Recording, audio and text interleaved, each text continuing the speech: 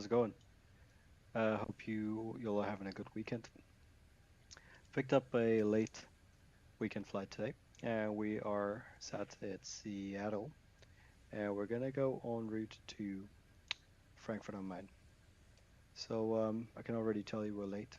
Takes me a little bit longer setting up a stream than it should. Departure time is in 16 minutes. I can assure you we're not gonna make that. Um, and the primary point of the stream is just to kind of show you how I prepare for this long haul and things that we can look out for and just have a little bit of fun with it. Good, so I'm just going to go jump straight into it.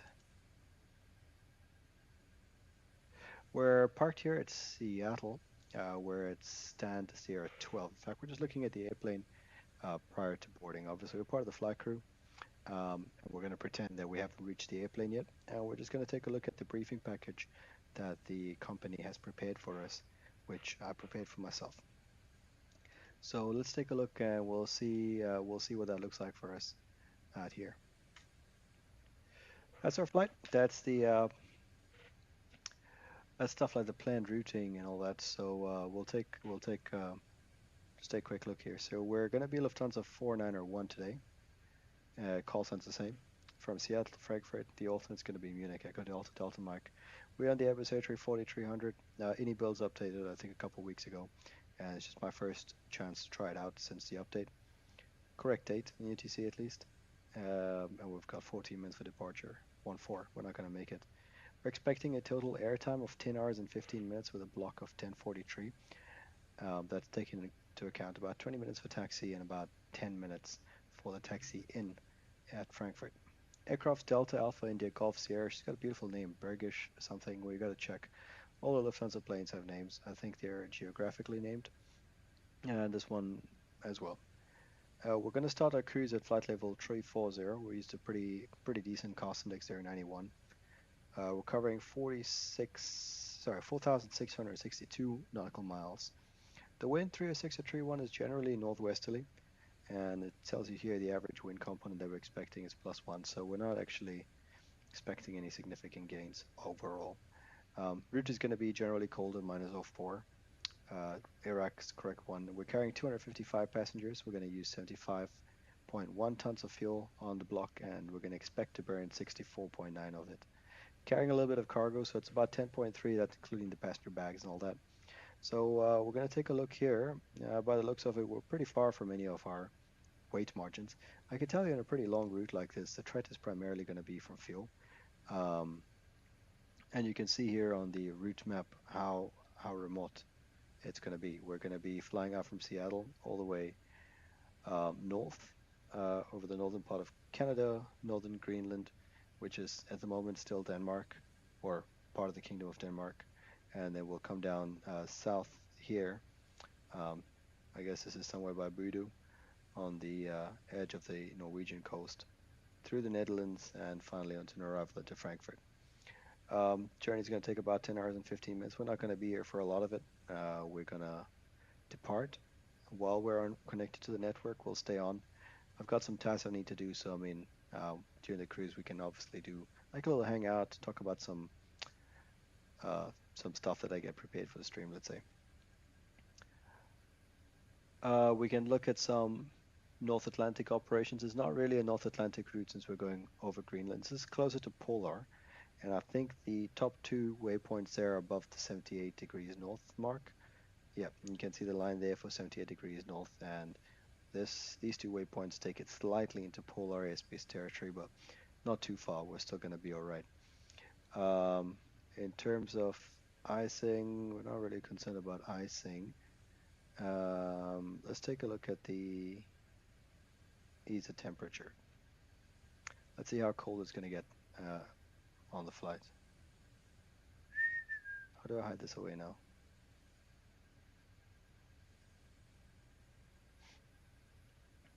Yeah, so you see these regions get pretty cold. But this area where we're transiting is probably going to be the coldest sector of the flight. It's not too bad because we're taking pretty warm fuel, so it's not too deep into the flight where we're expecting it to positively freeze our fuel tanks. But that's something we can look at as the flight progresses. And we can also look at tactics to mitigate um, cold fuel, how to heat up fuel as on longer flights. This is a jet stream. It's quite low at the the higher altitudes, latitude, sorry. 270 here, if you look further down, 300, 370.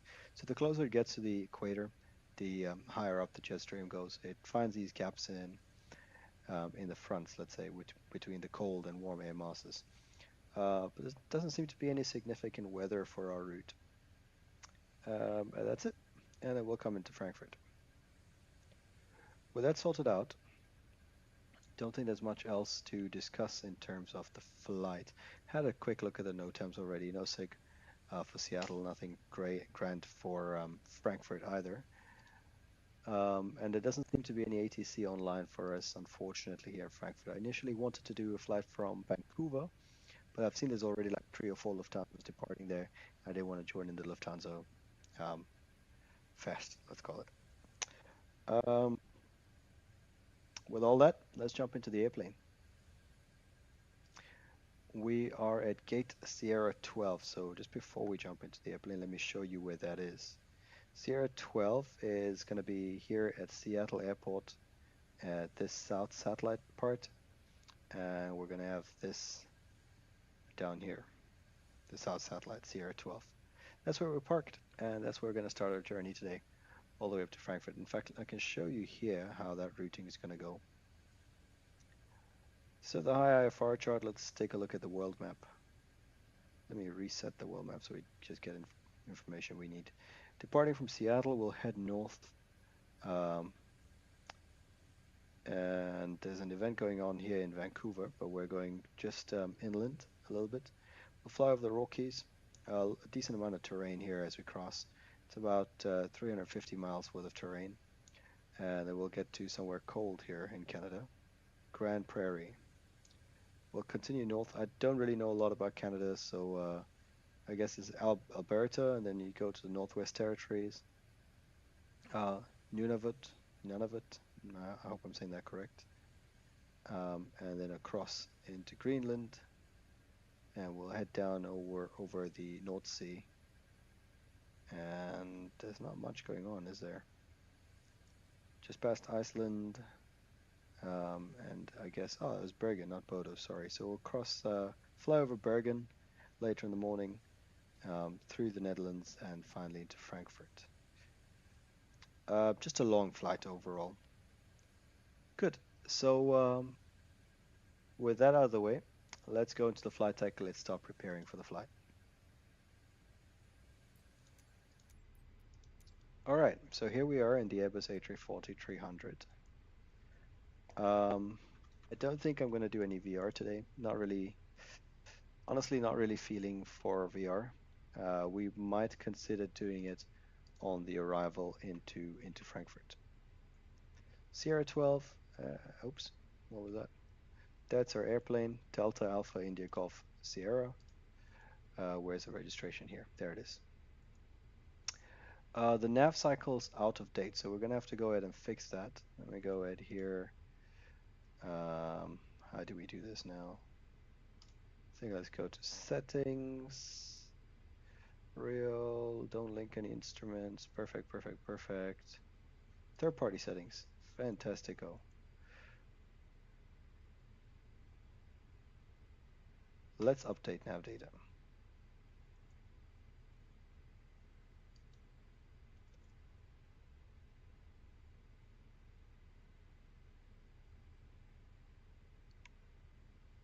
Okay. Doesn't really seem to want to update. I wonder why that is. Maybe if I log out and log in again. Excuse me, folks. We're just going to go to my browser quickly, which you will hopefully not see. Now it says updated. Maybe I just needed to be patient. Okay, the account is linked.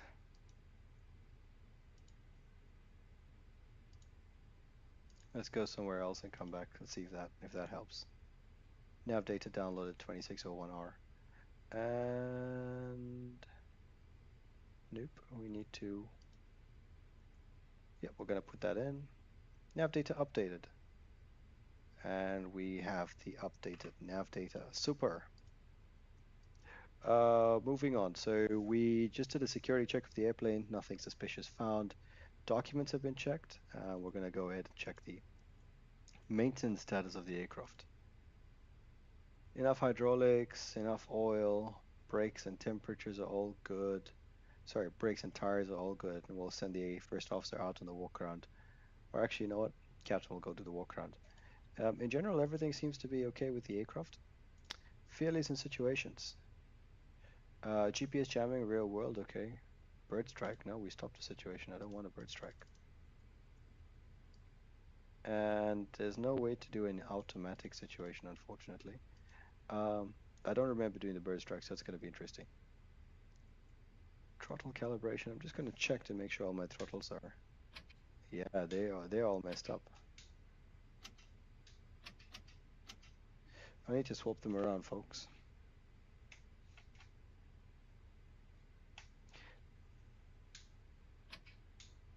All right.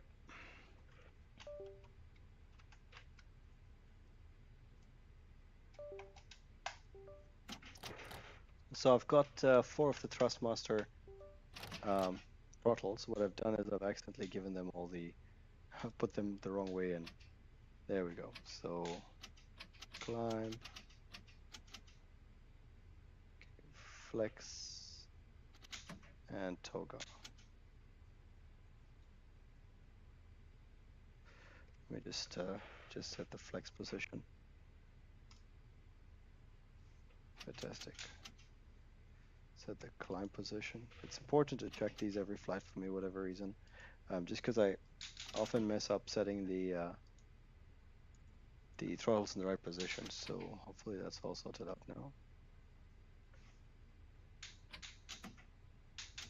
Reverses on axis. Yes, reverses are on axis. So let me go for max reverses on all of them. And idle reverse position, I think. I'm happy with this being idle reverse. The problem with idle reverse being too close to reverse is I had situations where I'm taxiing the A340 where just one of the engines were, what do you say, were on idle reverse and the other 3 were on regular idle. Ah, scheiße. Okay, this is idle. Let me reset the idle reverse position. There you guys go. Max reverse, and this will be idle reverse. Yeah, close enough. And idle everywhere. Good. That took a little bit of time. And with that said, let's get the boarding process started. Can take a while with a lot of people. 250 something people. And we'd also need to be fueling the airplane. And we'll import all of that from GSX.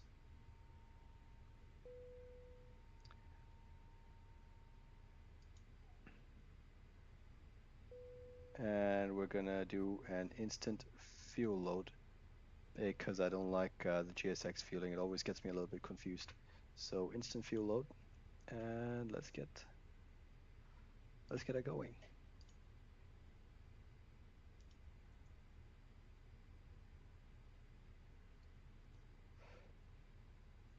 Start with the float here.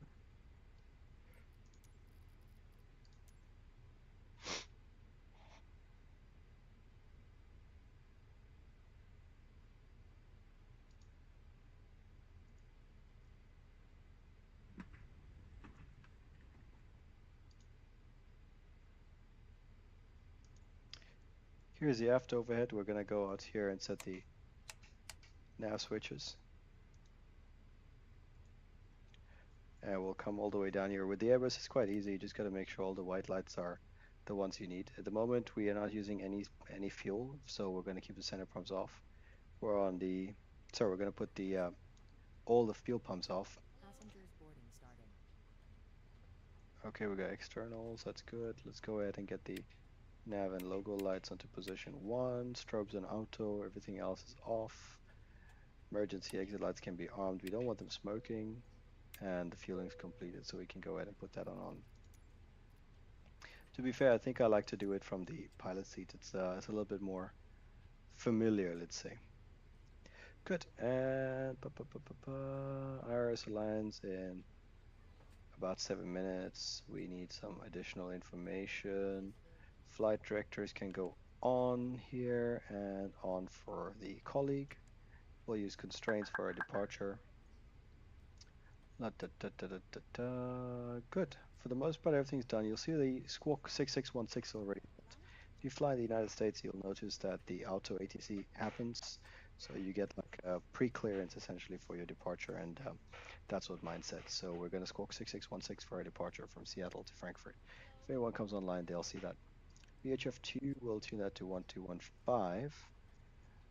And what we need for departing in the US for VATSIM is the CTAF. So we're going to go ahead and get the CTAF so we can start monitoring it already in case someone comes on. There is a web page available on VATSIM that tells you what the CTAF frequency is. I think you just go to the VATSIM web page and then you set the airport code. So let me tell you exactly how that is. So we have to log into VATSIM. If I remember my login, yep, that's me.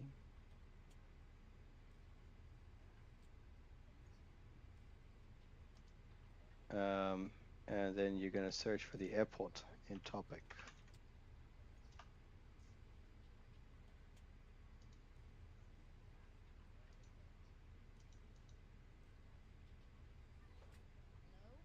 Okay, so I somehow ended up on the forum.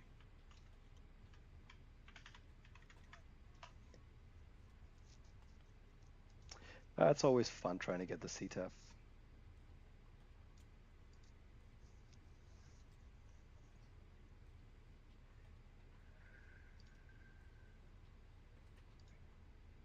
Yeah, so you go to VATSIM and you go to the... Oh, I just lost it. It was here just now. I think it's called the VATSIM AIP. Let's go ahead and see if I can't find it. Yep, you go to VATSIM AIP, and I'll just show you very quickly if I can what this page looks like. Oh, I haven't set it up. Okay, and then you can basically type in the ICAO code for the airport. So I'm going to go ahead and select Seattle, and I'll give you some information. The Seattle Tower is a CTAF frequency. It's going to be 119er. You're going to have to take my word for it.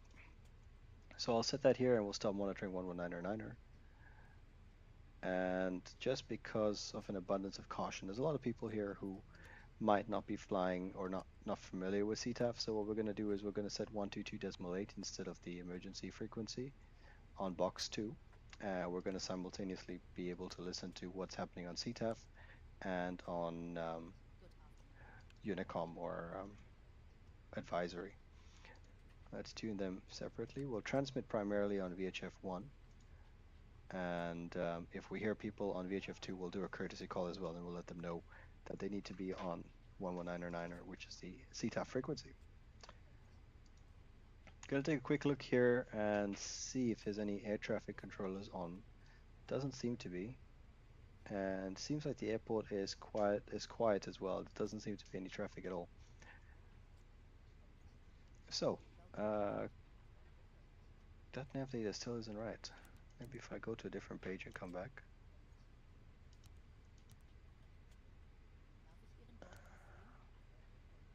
Aircraft status. All right, that's correct. Align IRS. All right, we shall. We'll request the initialization page. Saves us a lot of time. And the IRS in it as well. And we'll align it on this position, which it should be doing anyway, or it has done so anyway.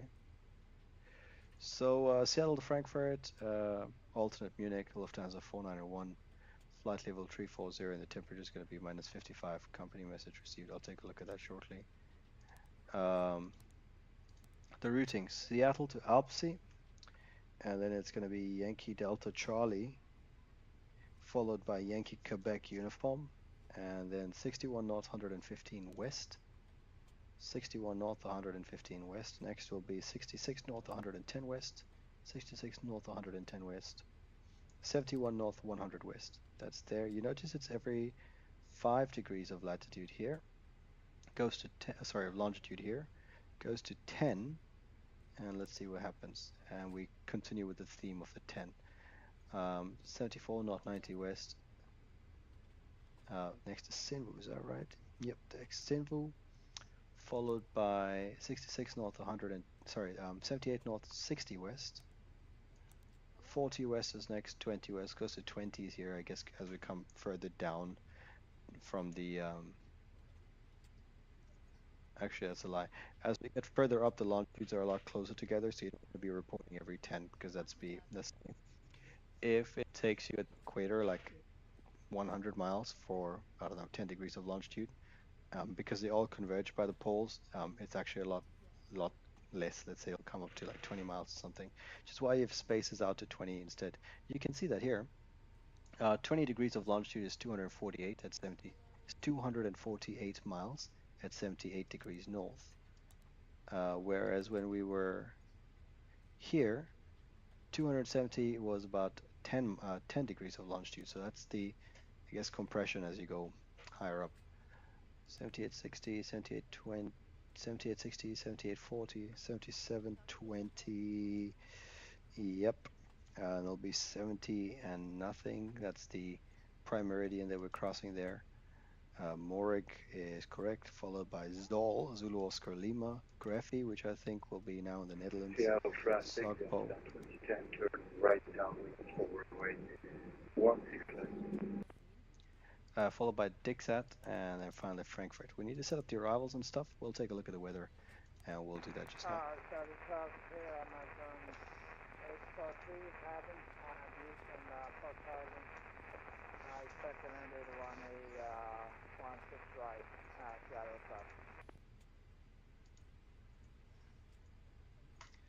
Frankfurt looks like it's snowing, so it'll be a nice arrival in the snow.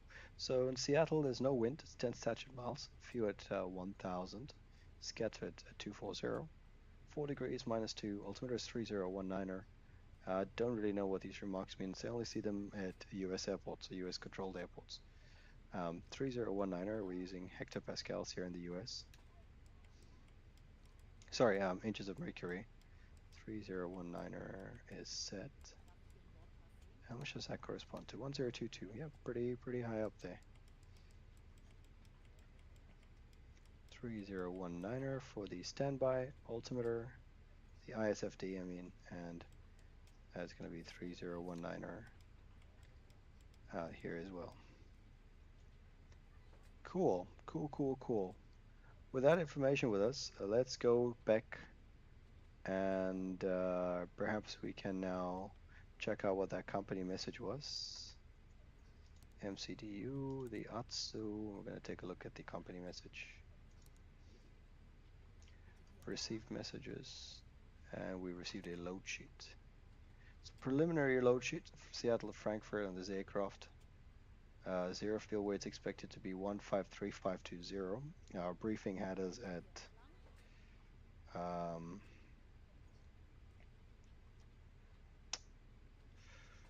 let's see what our briefing packet said, 153.5. So yeah, pretty accurate. Takeoff fuel 74,499, and we wanted a block of 75.1. That includes a little bit of the taxi, so that's okay. Takeoff weight 228,019. 2280 is what we expected on the flight plan as well, so pretty accurate representation so far. Landing weight 163.1 versus 163.2, so a little bit lighter here, but that's just a rounding thing, I suppose. Max for zero fuel weight, max for takeoff weight. Standards total 255 passengers. And what else can they tell us? Potable water is full, 100%. Pantry effects have been corrected.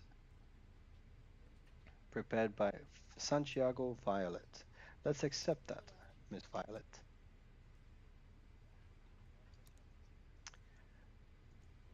Good. What else can we do here? Before we go on the walk around, let's just finish off our, as much as we can on our CDU. Let's go find out what the actual runway is in use IRL and Seattle, because the wind is calm at the moment, so I can't really make it out. So let's just go out here. Let's use Navigraph, and we can get some weather from Seattle. The ATIS for the real world. Information delta in the real world. ILS and charted, visual approach 16 right and left. Departing aircraft plan and brief numbers for both 16 left and 16 center. Alright, so we might have to do some number changes. 16 left and 16 center. Obviously, obstacles might be slightly different. The shortest is 16 center. So let's go ahead and plan for 16 center, and then we'll see if those performance numbers can translate onto 16 left. And the way that we can try and keep them similar, we'll try not to use flex temperatures, and we'll see if we can get away with that. Or we can just request 16 left and call it a day, if there was real ATC. Simultaneous approach and use, Boeing field and Seattle traffic below you on final. Traffic turn left base for 16 left. Simultaneous approaches and use to parallel runways. ILS 16 center out of service. OTS I think means out of service, so we'll use 16 left, problem solved. Pink spot 2 alpha marking missing on the north end of alpha taxiway. Okay, so it's a flight sim, so you're not going to have that kind of degradation. Good, so we're going to go 16 left. And the planned departure was going to be it says direct to OPSI. So I'm assuming it's going to be a radar vector departure. We're going to do it ourselves. So that's going to be probably the Seattle 1 departure for all runways. So doesn't really give us much information. What does a Mountain 2 departure look like? Well, that's interesting. There's a left turn out to the mountain. I quite like that. Do we want to go left towards the mountains? Yes, I think so. I believe all the arrivals are going to be off on the western side. We could consider going left to the mountain. There wasn't actually anything published. How about the Bangor 9? Nope. Elma 5? Nope. Harb 6. The reason I'm saying nope is because we know we're generally departing in a northeastern direction. You can see most of these are pointing west. We say no to this because it's a northern departure for runway 34. I like the look of the mountain departure. Seattle 1 departure as well. And maybe not the stomach, because you see the summer takes you south.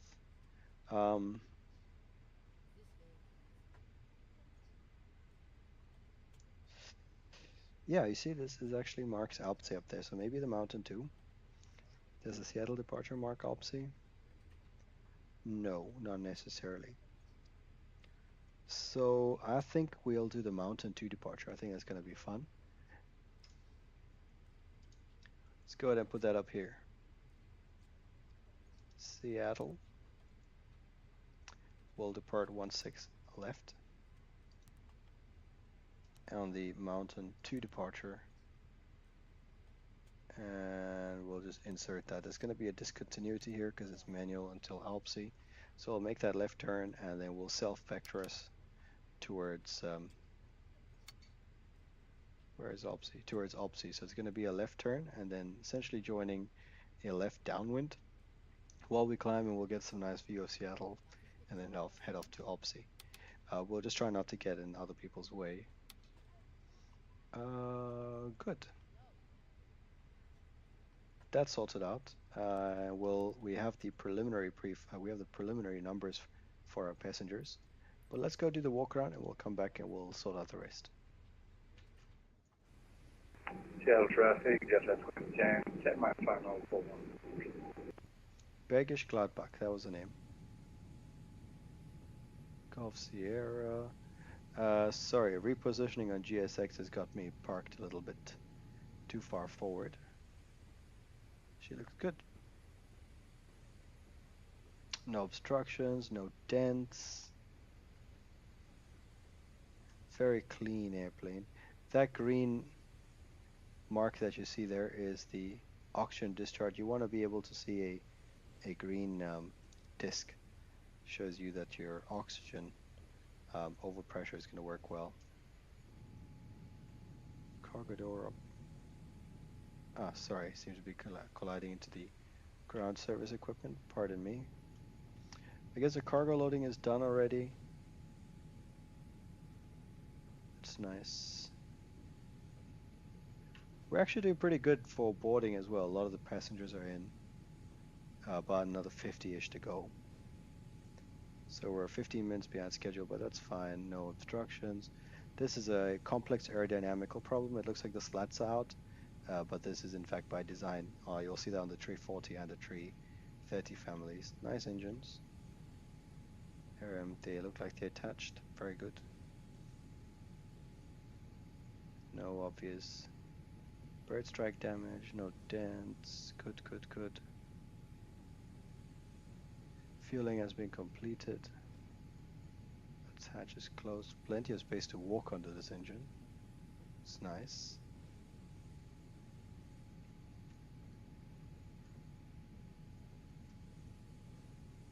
Very good. Very, very good. Clean wingtip. This is where the fuel comes out if the tank is overfilled. So let's say you're going on a super long flight and you've got your wing tanks full, you've got your center tanks full, but for whatever reason you're kind of delayed and the temperature of the day goes up by quite a lot. Let's say you're in Dubai or something with the 340, or if you were in Emirates and you were in the 340. Let's take a look here. If the fuel was getting quite warm, the liquid expands, and all of a sudden, obviously the tanks don't expand to accommodate. Seattle traffic, Amazon 843, final, runway 16 right, Seattle traffic. Let's take a look at it as well. Full landing at Seattle, pretty cool.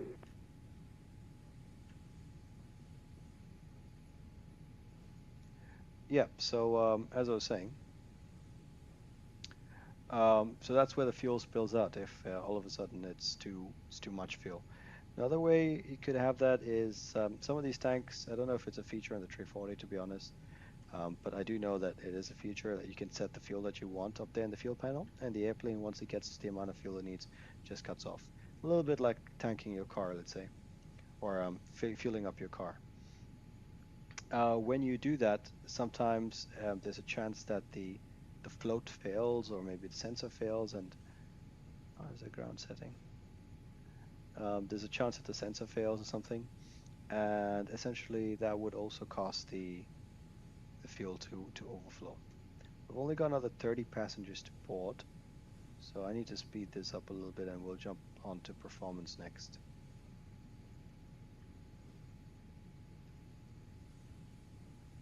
On final 16 right, Amazon 843 heavy. Amazon 843 Heavy is landing 16 right at Seattle.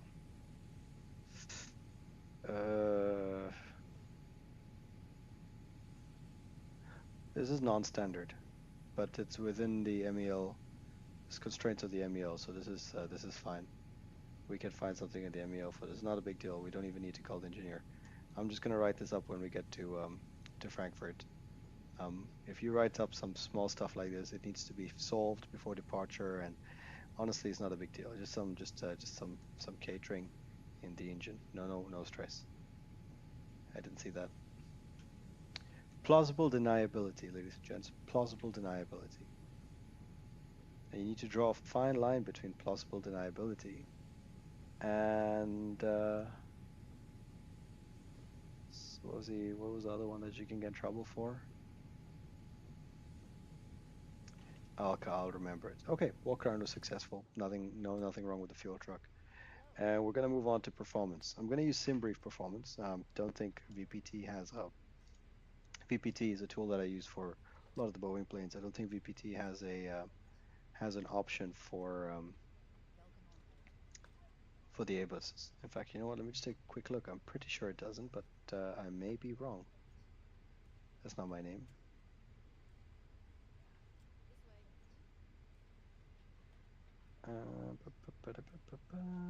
Let's see. We'll select a new airplane. iFly, PMDG. No. So no Airbus options here, unfortunately. So we'll use performance from SimBrief. Whereas Seattle, we said we're going to do runway 16 left. Just going to take a look to see if there's any.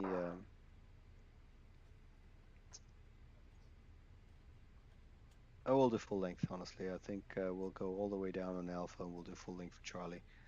From Charlie, let's not muck about here. Meters, dry runway, anti-ice auto, bleeds auto, weight is correct. Nada, 3019er. Wind was fine, 6 degrees. I think it said it was 4, but let's leave 6 is a bit warmer, isn't it? That's the performance the aircraft tells us. So at the end, we're expecting a flaps 1 departure, selected temperature of flexing to 45. V1 is going to be 133, VR 146, and V2 152. Bleeds can be on, and the anti-ice will be off for departure. Fantastic. Let's go ahead and plug these numbers in. I'm actually quite happy with that.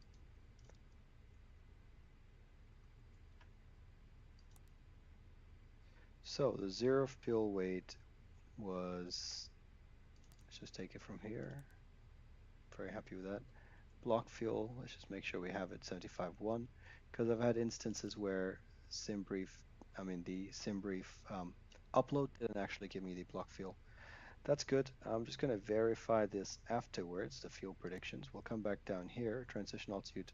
Standard here for the United States, 45 we're flexing to with flaps 1. I'll come back also to THS, I'm not really sure about it. V1 is 133, VR 146. Excuse me, didn't get the 6. 146. V2 152. V2 152 is in. Thrust reduction, acceleration, and so you remember where we talked about turn? We're going to have a turn at 3,000 feet. I think we'll keep the flaps in for that part, and we'll accelerate once we're heading towards the mountains. So we can reduce thrust at 830 feet. Let's see, because the airport elevation here at Seattle is 432, so we'll retract 800 above is going to be 1232, which we're going to make 1240. About the 843 have indicate now runway 16. And we'll accelerate 3,000 above, so it's going to be cross 16, cross 16 left, April, and the same for the acceleration for the engine out. For the engine out acceleration, I think we'll leave 1440, 1,000 feet above in case we have an engine failure. And we'll talk about all of that just now. Maybe if I go here, we can decide what the THS is going to be. Takeoff performance. Sorry, should I just use that then? Where were you? Payload and fueling. Mach at gross weight is going to be 26.7, and we'll see where that corresponds with. Oopsie. 26.7, this is 27, 28, 29. I think about 5.5, 5.2. I'm going to go ahead and say 5.2 units up. That to me sounds about right. 5.2 up. That's what we're going to set it up for. Done. We're waiting for the fuel predictions now, and we're going to go take a look at SimBrief again. And SimBrief will tell me this information. So route reserve 5%. According to SimBrief, it's going to be 3.2. Let's go ahead and set 3.2. I'm going to use the more conservative numbers of the two. Did you not want that? 3.2 slash maybe? Okay, doesn't seem to be interested. Alternate to Munich is actually 4 tons, according to SimBrief. She took that in. Final reserve 2.2 according to this aircraft here, 2.4 according to SimBrief. The worst number is 2.4, so we'll go ahead and do that. So at the end it says minimum destination 6.4, which corresponds with what SimBrief tells us.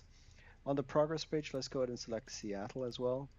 In case we're returning, we'll return to runway 16 right.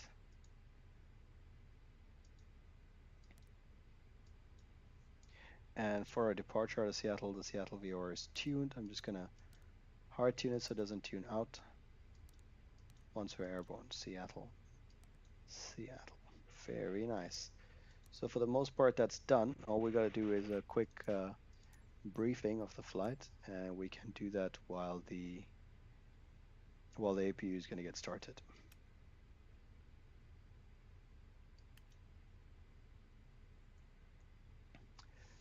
Good. So let me bring us back onto SimBrief. Sorry, onto Navigraph. So we're starting here at the South Satellite Sierra 12, as we discussed earlier. And not really sure about how ramp control works, but I'm expecting to be pushed onto spot 99 if I can, or spot 15. We're gonna have to assess the traffic situation. We might wait for somebody. That puts us on Bravo. On Bravo, that's essentially the parallel. We'll taxi all the way up until we get to Charlie, and I'm gonna make this tight U-turn to get back onto Charlie. Alternatively, we could probably just take Delta, and we'll see if there's any performance change there. Doesn't necessarily think. We'll call that full length. The departure discussed was going to be the Mountain 2 departure. Mountain 2 straight ahead. We'll wait until on heading 165, 161, roughly to its peak at 3,000 above, and then we'll turn left heading 071. So we're going to have the thrust reduction altitude passed here. We'll climb with the flaps out until we're past peak, and after we finish this turn, the nose is going to gently drop and we'll clean up the aircraft. Once the aircraft, and then we'll turn essentially almost directly north towards Obse. We're tuned to the Seattle VOR 116.8. There's no initial altitude assigned by ATC. Tell you again here at climb on heading 165 and Seattle radial 161 to cross peak at or above 3,000. Then left turn heading 071 for radar vectors to the assigned route to fix. The assigned route to fix is Obse, transition 18,000. Airport elevation is 432 feet, and that's what we're going to tell it. Highest MSA in that direction 64, but it does get significantly higher as we get close to Rockies. Beautiful visual day, so it's no stress. In case of an engine out, let's take a look at the arrivals for 16 left, and we'll use one of the RNAV arrivals. The RNAV arrival has the missed approach, is what I'm looking at, straight ahead to Milt, and then they would hold at Milt if something goes wrong. So it's on track 164.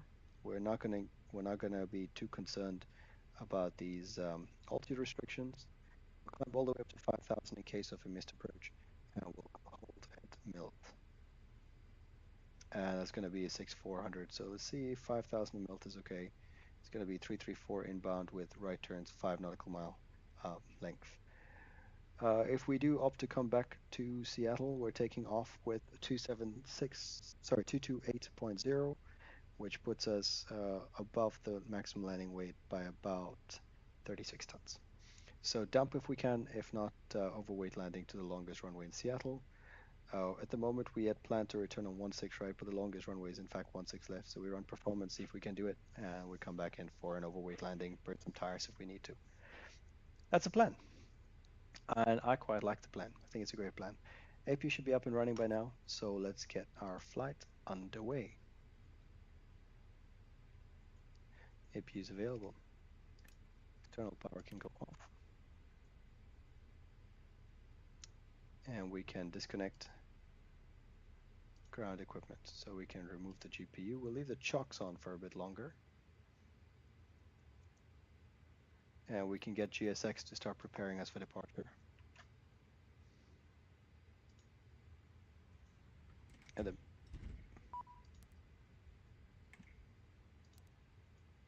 in the meantime, we'll take a look at the company message. My colleague will use the flight plan page. Oh, these are the company messages, I guess, the ATIS. Nice, happy to hear. 8 is for Frankfurt, looks good. Finally the 8 is for Seattle, which was also nice. Any more company messages? No. Hello, Captain. We are ready for pushback. Just verify all the doors are closed. Fantastic. Is there a way to arm them? Possibly. They are all disarmed. Toggle arm doors. They're all armed. See the slide indications there. Cabin's ready. Sorry, they're ready downstairs. We'll just verify that the parking brake is in fact set. Bypass pin inserted. It is set, and we can remove the chocks. Their departure checks are completed, so we're going to pressurize hydraulics, which are in auto, and then we'll turn on the fuel pumps because we're going to start the engine shortly. All of them are on. Beacon lights going on. We'll get the transponder ready for our pushback. Just set to auto at the moment.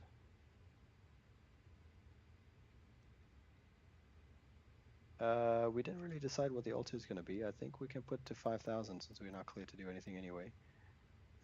5,000, and I will just reselect the flight directors. So now it goes to climb and nav. I guess I don't have a GSX profile, so which is why this is all a little bit messy.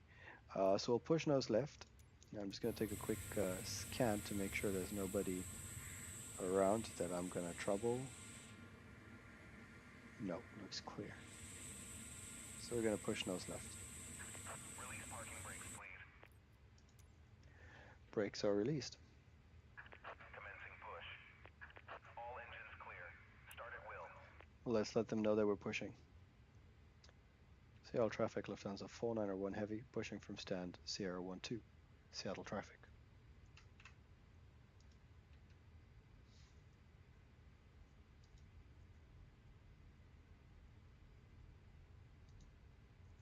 Alright, lots of engines to start. Don't really know the start sequence, but let's go ahead and start the inner two engines first, so we can use them for taxi while the outer ones are starting. So let's go ahead and start with engine number 2. Gives me good vibes, that engine.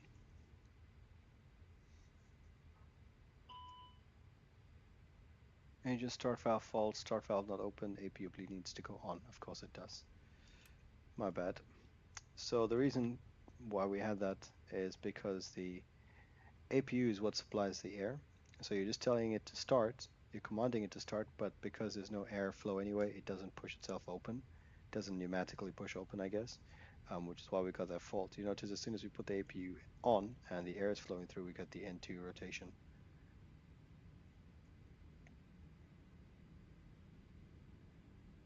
You'll see I lack a little bit of system knowledge here on the A340. I need to verify if I can in fact do just taxiing with the two engines in the middle.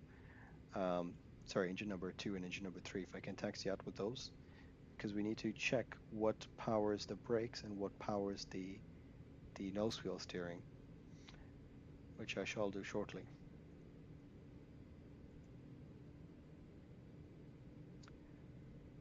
So we pushed back a little bit late. It's not the end of the world. About 30-ish minutes late. Please set parking brakes. Unlocking gear. First is available. We'll go ahead and start engine number 3 now.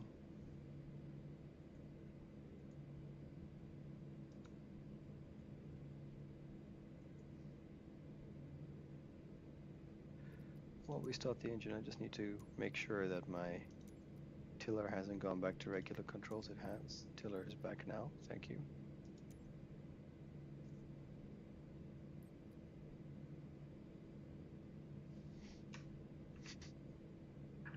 Tow truck disconnected. Bypass pin removed. Left is clear. Right is clear.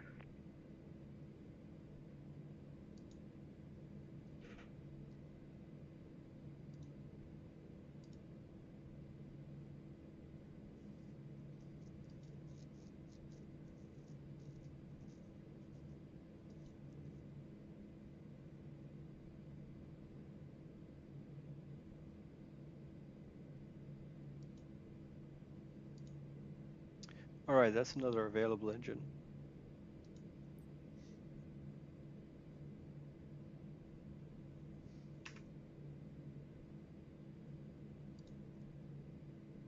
Let's go ahead and remove my background.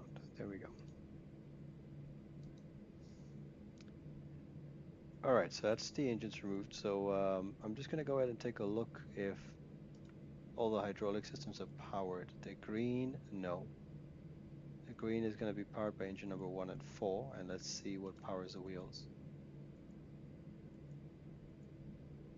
Okay, I guess maybe. Ah, yeah, normal brake. Yellow. Let's not mess with it. Let's start all the engines before we get going. We'll go engine number 1 next. I don't know if the start sequence is correct. I thought I'd try something, and I'm beginning to realize that maybe it hasn't worked out according to plan.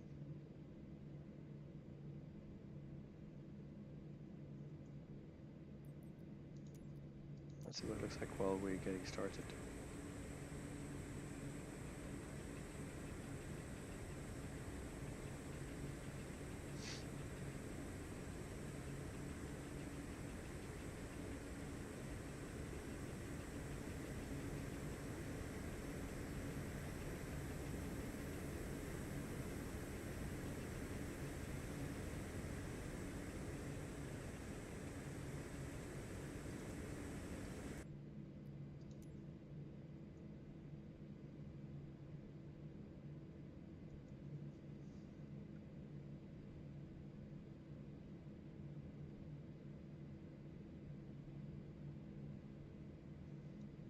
Another available engine.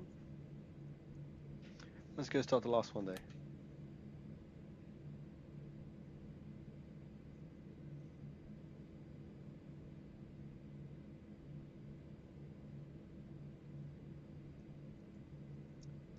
And while that's being started, let's jump on over to VR real quick.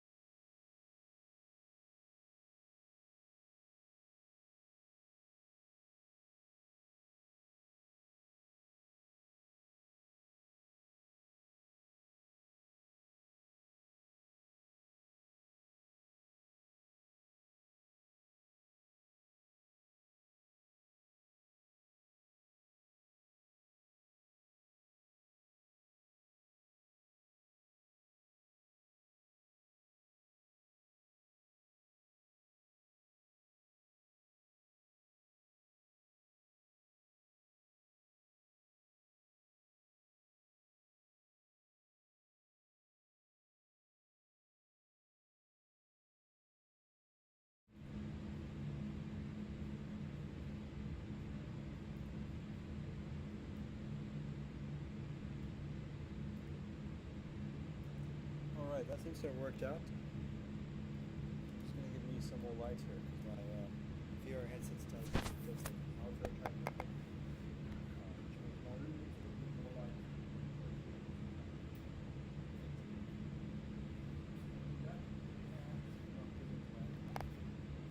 Put this on and we'll get started.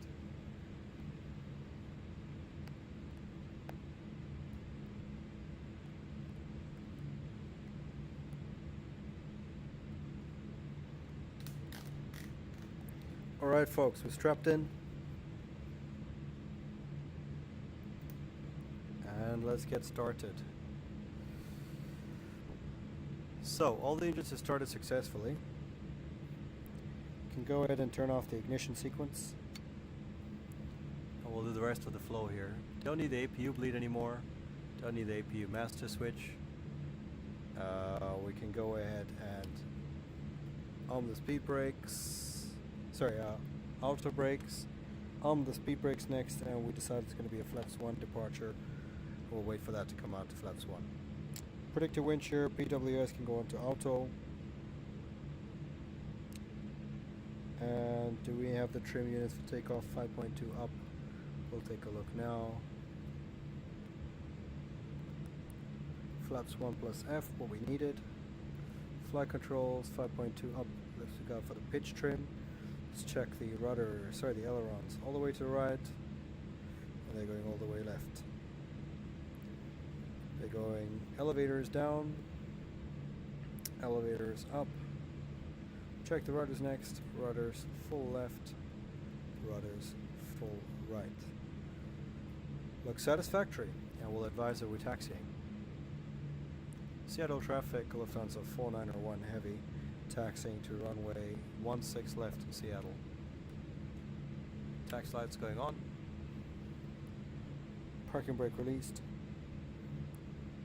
And let's commence.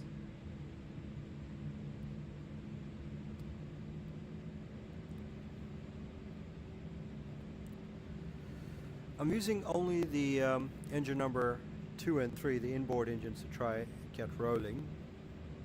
Just because there's a ramp area nearby as well. But there's not enough breakaway thrust of those two. We'll give it a little bit from 3 and 4 as well. That should be satisfactory. I need to just break the momentum. There we go.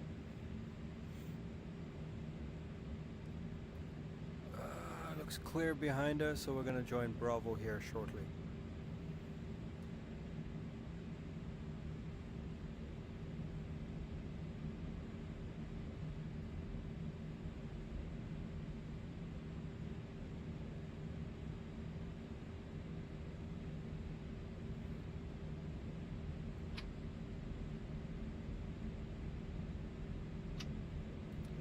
All the engines are on idle thrust now.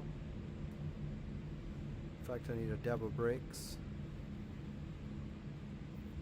to make this turn onto Bravo.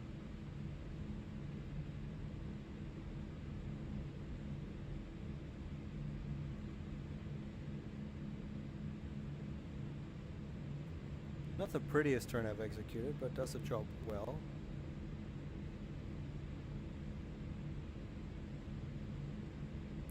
We'll give engine number 1, the outboard, some power to help us with our momentum, and joining engine number 1 is inboard engine number 2. We'll bring engine number 3 into the party with it and bring engine number 1 back to idle. So that's what it looks like in general. We're trying to taxi with the outboard engines on idle just to well, I don't know if this is a real procedure or how that works, but I think it's sensible.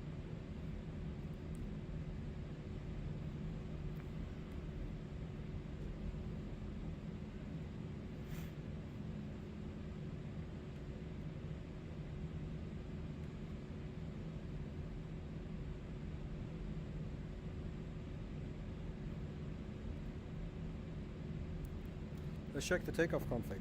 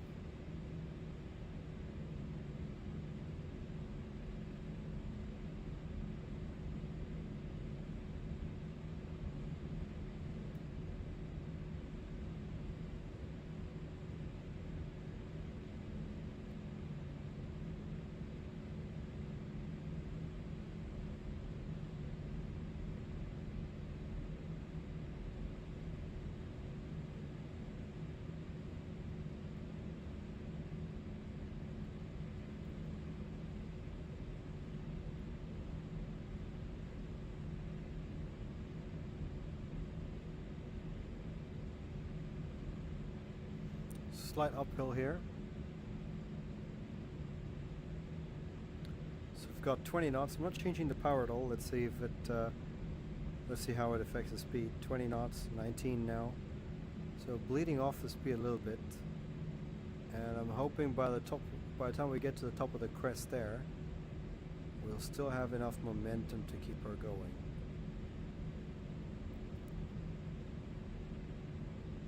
I think so. Seems pretty reasonable. Drop to 18 knots here.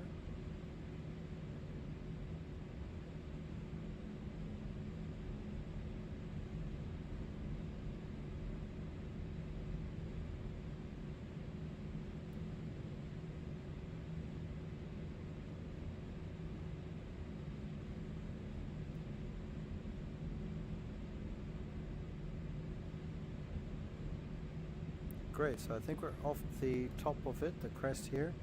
We're going back to 19 knots. This looks more or less flat.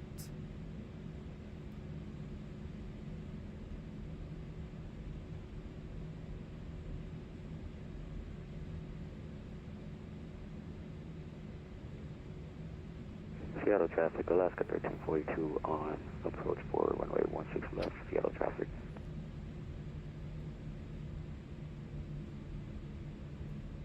Alaska 1432, it's Lufthansa 4901.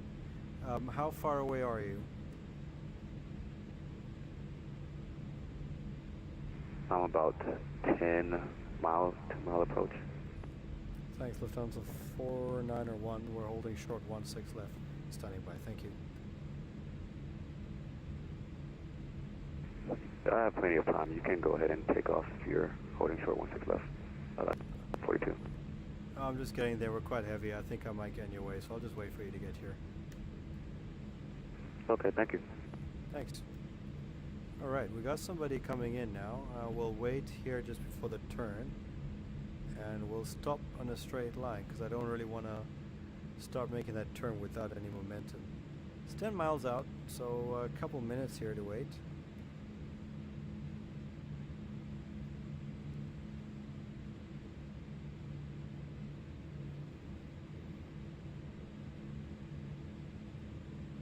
Parking brake set.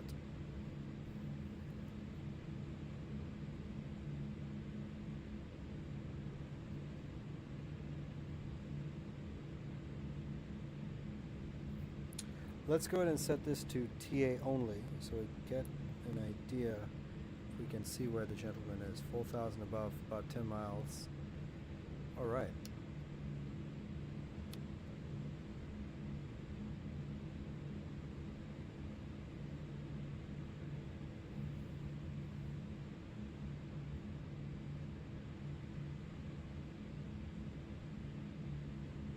See some mountains off there.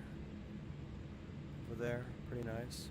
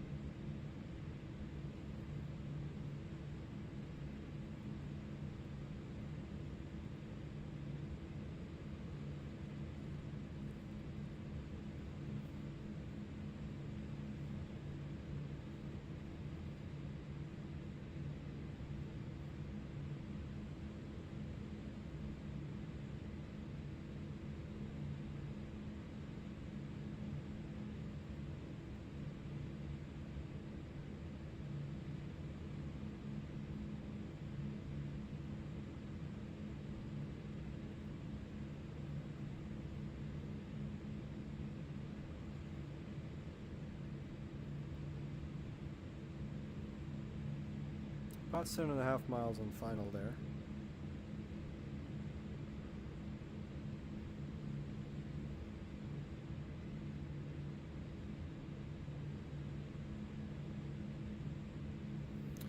Unfortunately, still kind of out of sight.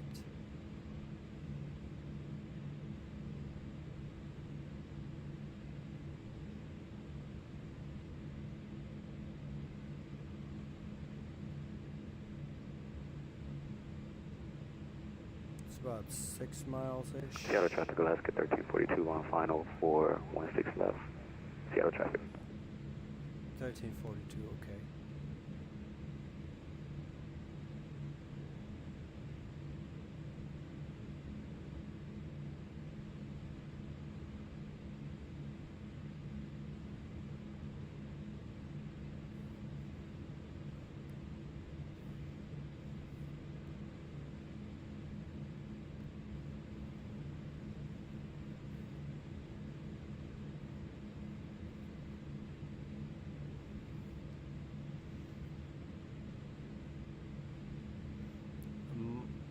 Could have done with turning off the taxi lights, but now it's a bit too late to realize that they were on the whole time. So we'll just leave them on.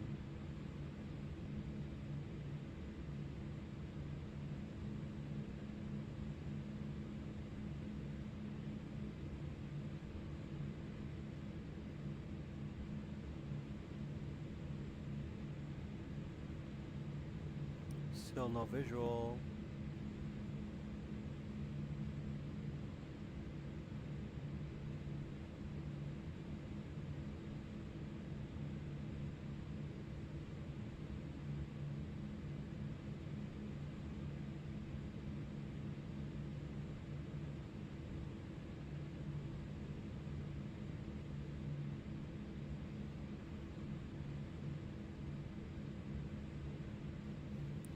Should be pretty close. Yep. Okay. Got first couple pixels on the screen. We can go ahead and build some momentum up. Engines number 2 and 3. Help me out. Parking brake released. Oh. There he goes.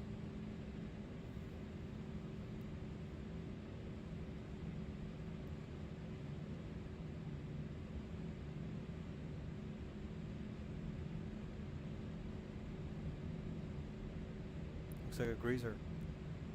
Seattle traffic, Lufthansa 491 heavy lining up, runway 16 left, Seattle.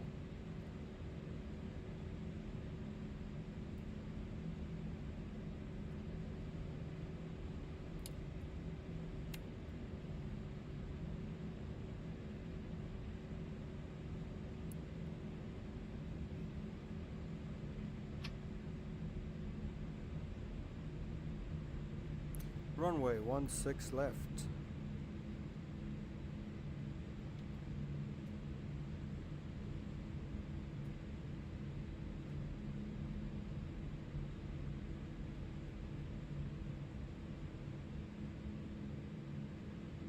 Okay, it was a bit hard on the brakes there.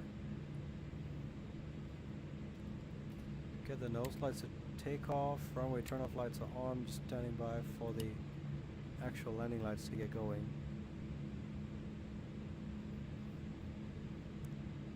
Alaska 1342 has vacated 16 left at Papa, Seattle traffic. Also, did you notice that amazing landing I had? I did notice. You're on stream. I mean, I didn't get it completely, but yeah, I did say it was butter. Thank you, appreciate it. It's really nice, man. Take off. Parking brakes released.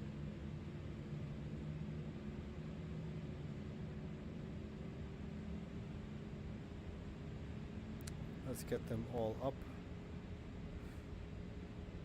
They look about right. Everyone's hit 40 at least. And let's go. Manflex 45. SRS runway auto thrust blue. Let's get the flight timer started. I think I should handle that. Yeah. It's 80 knots. Oh, sorry, Airbus, 100 knots. That's a downhill portion here. V1. We rotate.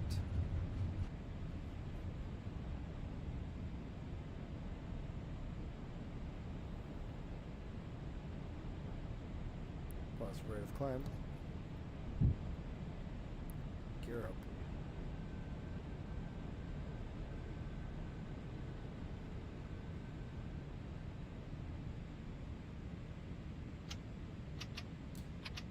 Thrust climb.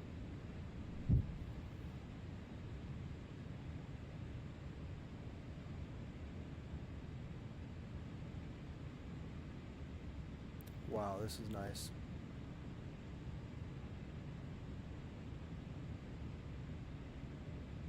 Very nice.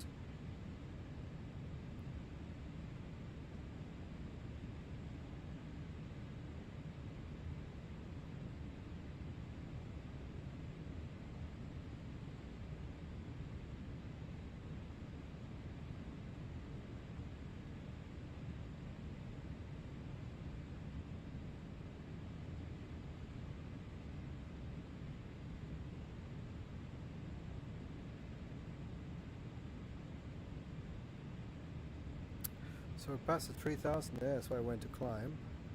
I actually wanted to do it a bit later, but that's okay. I thought we'll do it past the turn at peak, but alright. Not too bad. We're getting to 5,000 feet here soon. Let's go ahead and clear ourselves up to, what's that?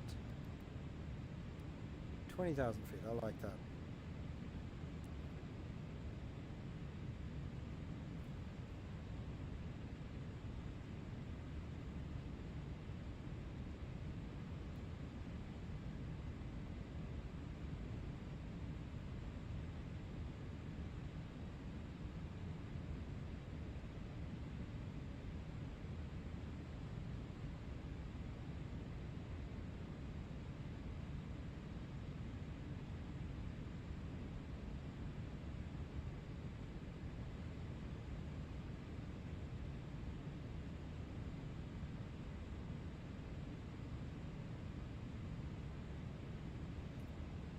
Flaps have retracted, we're left with just the slats now.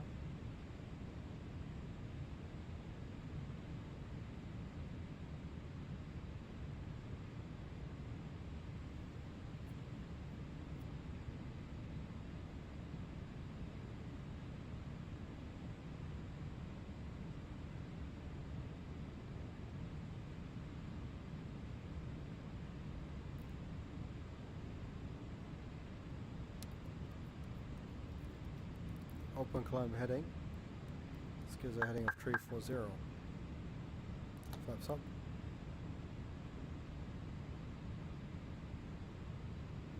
Oh, I missed that we passed the green dot speed.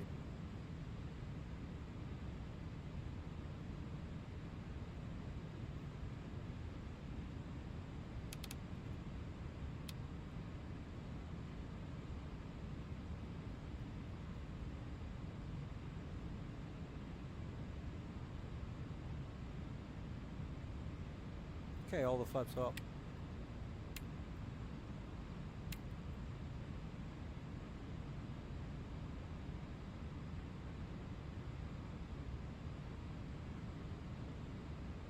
Okay, we're in the realm of icing, but this aircraft hasn't detected any yet, so we're still alright. Lateral discontinuity ahead will clear this message. At Seattle, Tacoma, where we took off from.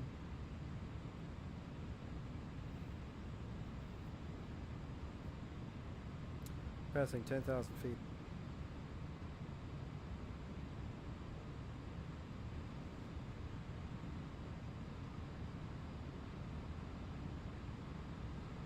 We're accelerating now.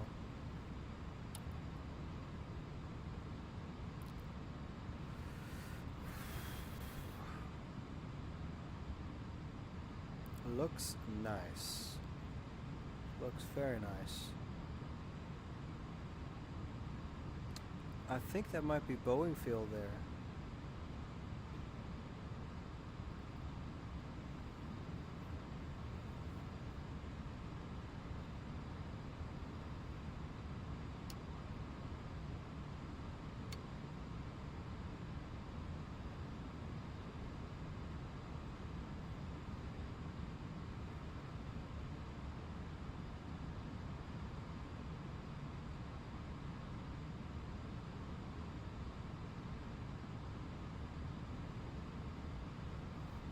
Very nice. Let's get the pitch set correctly for our climb speed. This is satisfactory, I think. Just under 7.5 degrees no slope. Keeping the speed, good climb rate. Can go ahead and let the passengers move about. It's a straight line from here, so we'll go ahead and turn on the autopilot and give ourselves a direct to Alpsee.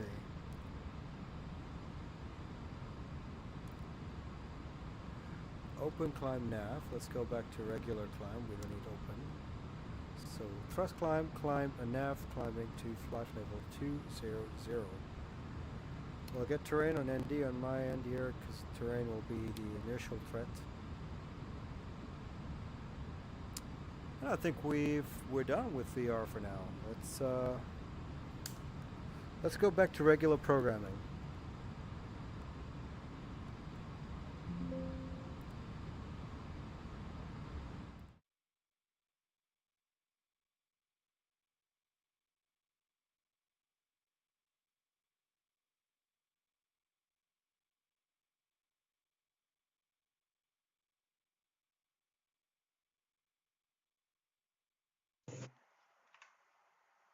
Whew. Okay, that was actually that was fun. Let me get my glasses back on. I need to do a few more things. I need to switch everything back to regular voice stuff. There we go. And default devices.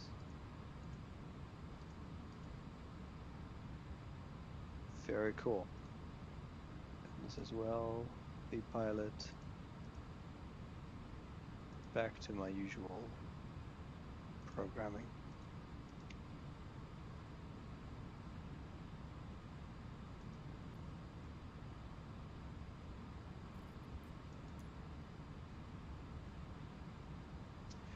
Ground spoilers. Always forget that. Ground spoilers are now disarmed.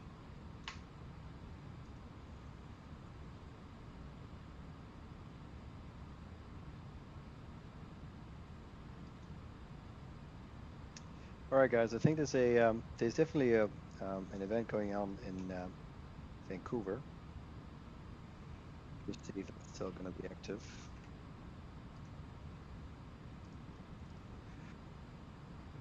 We'll go to IFR high here, and I think this will give me active ATC and live traffic on the VATSIM network. Yeah, Alpsee still in the United States, and then on the way to Princeton VOR, will probably be in the way of Vancouver Center. Who's this? Air Canada 7 on the way to somewhere. There were a couple of Lufthansas that should be departing about the same time. I'm trying to find them because I was supposed to do the flight out of Vancouver, and unfortunately the call sign was already taken, and I don't like sharing. So a few MD-11s flying about as well. Good. So the reason I'm up here is because we want to take a look at the minimum sector altitudes here. 12.9, which we're definitely above. In fact, we're leveling off at 200. Transition altitude set standard, and let's clear ourselves to climb even more. 270 maybe. And the final level is going to be 3.4. What I'm going to do is I'm going to set myself up to, you see the Alpsee is still in the United States with Seattle Center, I guess, and about halfway through, actually we're a bit closer to Yankee Delta Charlie. So let me go 270 climb. Around Yankee Delta Charlie is where we are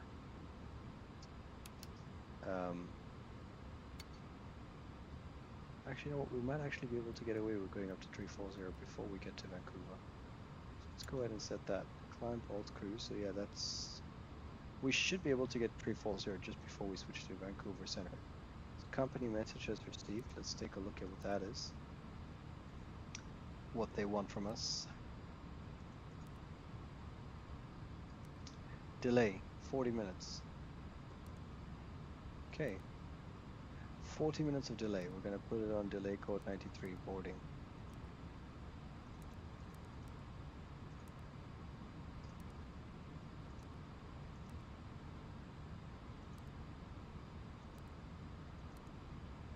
Good.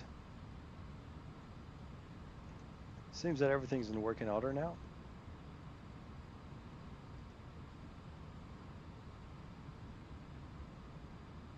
The A340 today seems to be a little bit more. Wait. Sorry, I knocked my gear peripheral. So the A340 seems to be a little bit heavier on frames than I remember. I don't know if it's just because I'm departing Seattle or if I've turned something on, or I'm not sure, but just a hint heavier on frames. I've noticed, but that could also be because I've connected a lot of streaming stuff to it. So I'm gonna say that's probably the case. But, we'll keep an eye on it further for later. Good. I was here on Navigraph actually. Let me bring you back to the iPad while she's cruising along for the initial part in terms of threat assessment for the flight.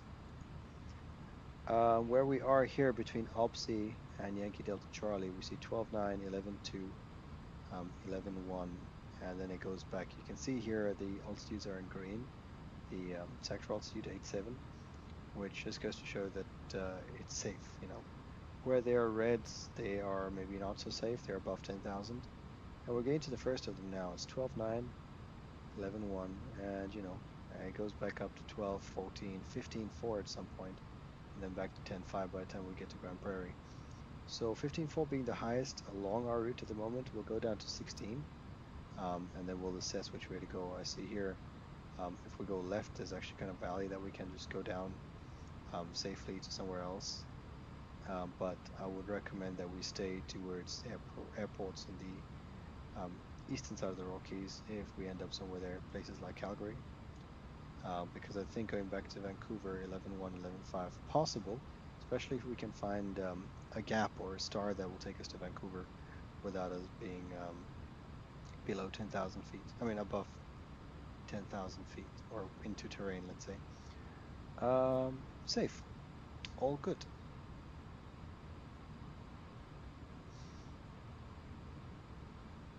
Is the initial plan. Engine failure, not too concerned with it because we got 4 of them. And I'm not really sure how we check down the company message received. Okay. I'm not really sure how we check down the drift down performance.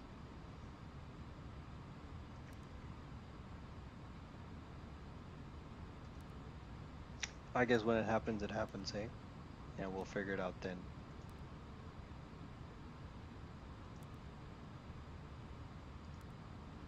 Another company message, telex. No further action required. Thank you. Thank you for accepting my delay reason. Pretty for everything we say about the A340. She's climbing at a good rate, a happy rate, and I've got nothing to report.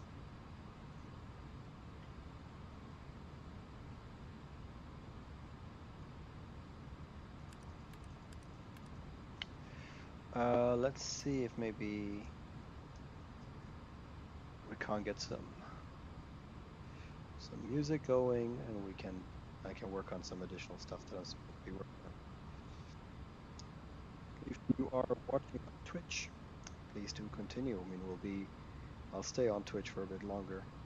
But if you're watching out of YouTube, we're gonna stop the YouTube side of the stream shortly, just because YouTube tends to save the videos, tends to save the streams, and they can get a bit long. So we'll slow that down. But you can hang out with me on Twitch if you like. We're trying to find CPDLC here for Vancouver. No, there's nothing about CPDLC. So we're going to be in comms with Vancouver Center shortly. Oh, speaking of comms, we don't need to be at Seattle anymore. We need to be 1228 now. Unicom, our advisory as they call it now, 1228. And on VHF2 we can go back to the emergency frequency. VHF1 on standby. I'm going to go get the frequency for Vancouver. Vancouver 1337. Let's go ahead and tune that. Stay ready to say hello. 1337.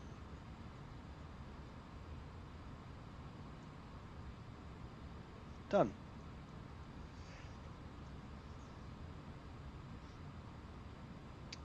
And just to assist us getting to 340 a little bit earlier, we're going to pull speed and we'll climb out at Mach 0.78. That way we can spend more of our energy pointing up instead of flying further forward. Mountains like this tend to cause a little bit of turbulence, especially with the wind hitting it. Not exactly parallel, but sort of, sorry, not perpendicular, more like a parallel sort of thing causes mountain waves. Pretty sure perpendicular causes mountain waves as well, but parallel tends to give you, no parallel, sorry, angled gives you a stronger propensity, or a stronger intensity of mountain wave. Let's get these brightnesses up.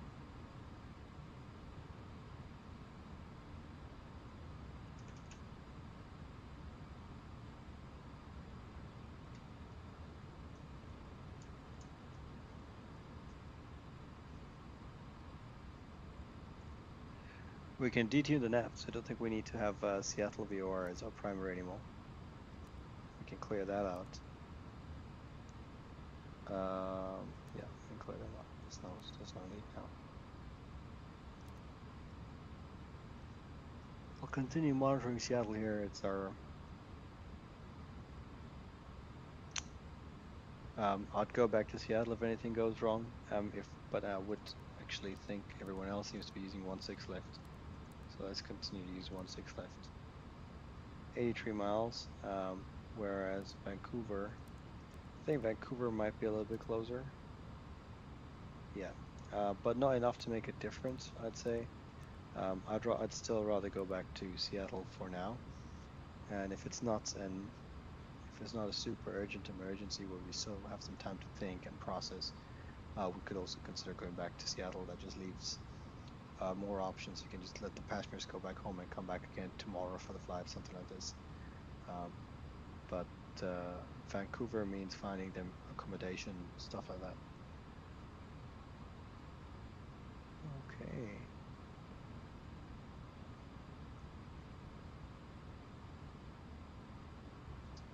Right, I think we're getting close to the point where we need to check in with Vancouver. I'll swap over now.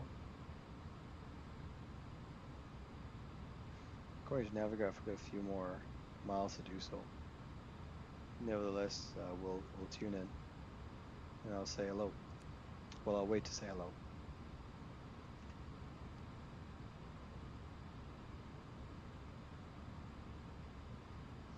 Mach Alt Cruise will close the speed window, so she'll accelerate back to Econ. And we'll say hello to Vancouver just now.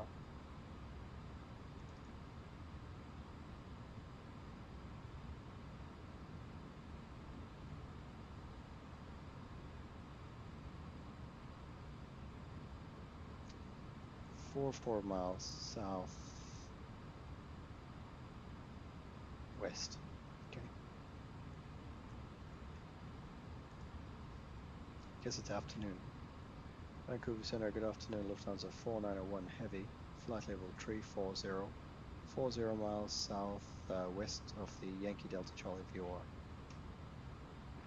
Lufthansa 491 Vancouver Center, you are identified. Welcome aboard. Thank you, Lufthansa 491.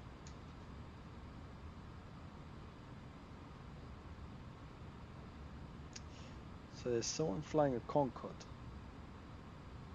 Concorde 1 going to Vancouver. I am jealous.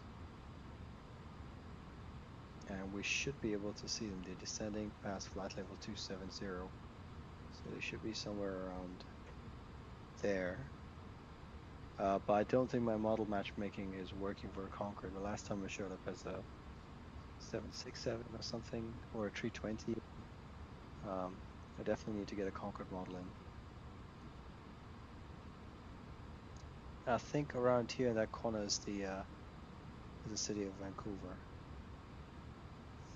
Which goes to say, I mean, if we made a left Concorde turn... 1, descend 16,000 to Vancouver altimeter 3021.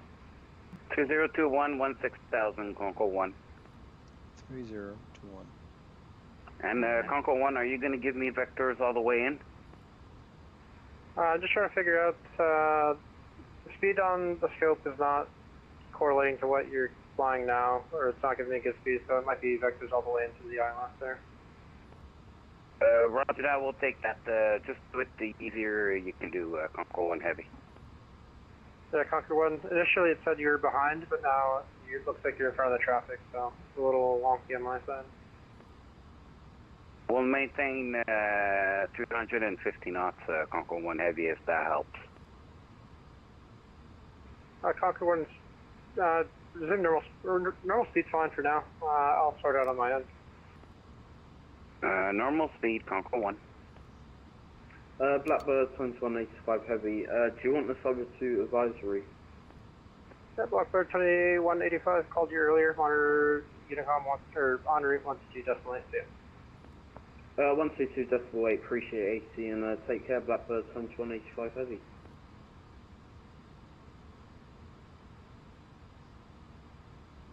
All right, folks on YouTube. The stream's going to end shortly. Quick recap on the flight that we are performing, or let me tell you when you can rejoin the stream depending on your time zone if you'd like. Concord 1, turn right heading 250. 250, Conco 1. So that's our route all the way over Canada, Greenland, Wash at 543, descend 9,000. and the North Sea into Frankfurt. Descend 9,000, wash at 543. I'll tell you what time we're expecting to arrive in Frankfurt. The Ascent 1, turn left heading 350. I don't think I have winds. Left heading let's get some 350, winds. then left. Oh, they're here. Okay, so estimate arrival is 8:47 UTC. So I think I'll be back on stream at about 7:45. Let's say 7:30 is a better number. So 7:30, I'll be back on the stream. So if you'd like to watch the arrival into Frankfurt, which is anyway the more interesting part, that would be fantastic. That's for the YouTube folks. If you're on Twitch and you want to keep watching, keep watching. We're just going to hang out now. And I guess we'll have a decent time doing shit, talking shit. I'm going to leave you mostly with the airplane, the scenes, and the views, because I'm going to be doing some stuff in the background. Obviously, if you're online and you want to chat and you can ask me questions, we can do that as well. Thanks very much, YouTube guys, for joining me, and hopefully I'll see you all for the arrival. See ya.